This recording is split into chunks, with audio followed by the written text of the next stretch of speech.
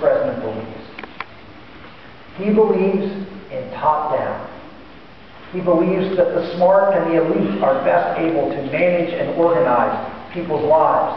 That the era of America, trusting free people, the average American, with the freedom to provide for themselves, is passé, because we now have smarter, better planners to be able to do these things more efficiently if we organize from above.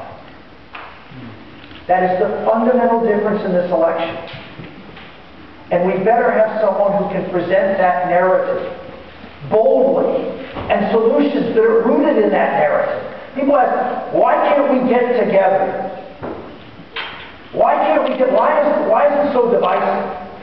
Because we don't have a leader who, as Ronald Reagan said in his farewell address, the last thing he said to the American people, he was worried about whether we would instruct the next generations in who we are.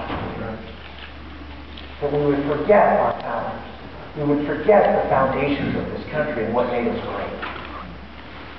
And some of you may remember the Soviet Union. Remember what happened every time they had a new leader of the Soviet Union? They rewrote the history books. And they got rid of whoever was out of favor by that regime. Folks, they're rewriting the history books. And they're wiping out a lot of what America really is to try to change it to what some people want it to be. We're on the precipice of that happening with Obamacare. To me, that's the game changer. That's the death knell. Once every American becomes dependent upon the federal government for your life and your health, it's now no longer just the elderly and disabled who have programs that the federal government creates a nexus to.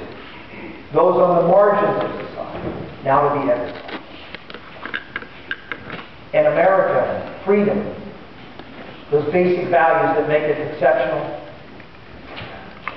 Barack Obama, about 8 months ago, in responding to Paul Ryan's budget, said this.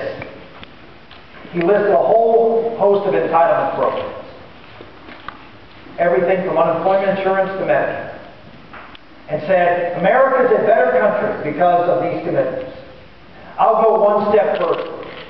America was not a great country until these commitments. America was not a great country until we took money, the federal government took your money, created programs to redistribute it to those who they believed was better, who better could use it. And that's what made America a great country. Mr. President, that's what makes America like every other country. It's not what makes us a great country.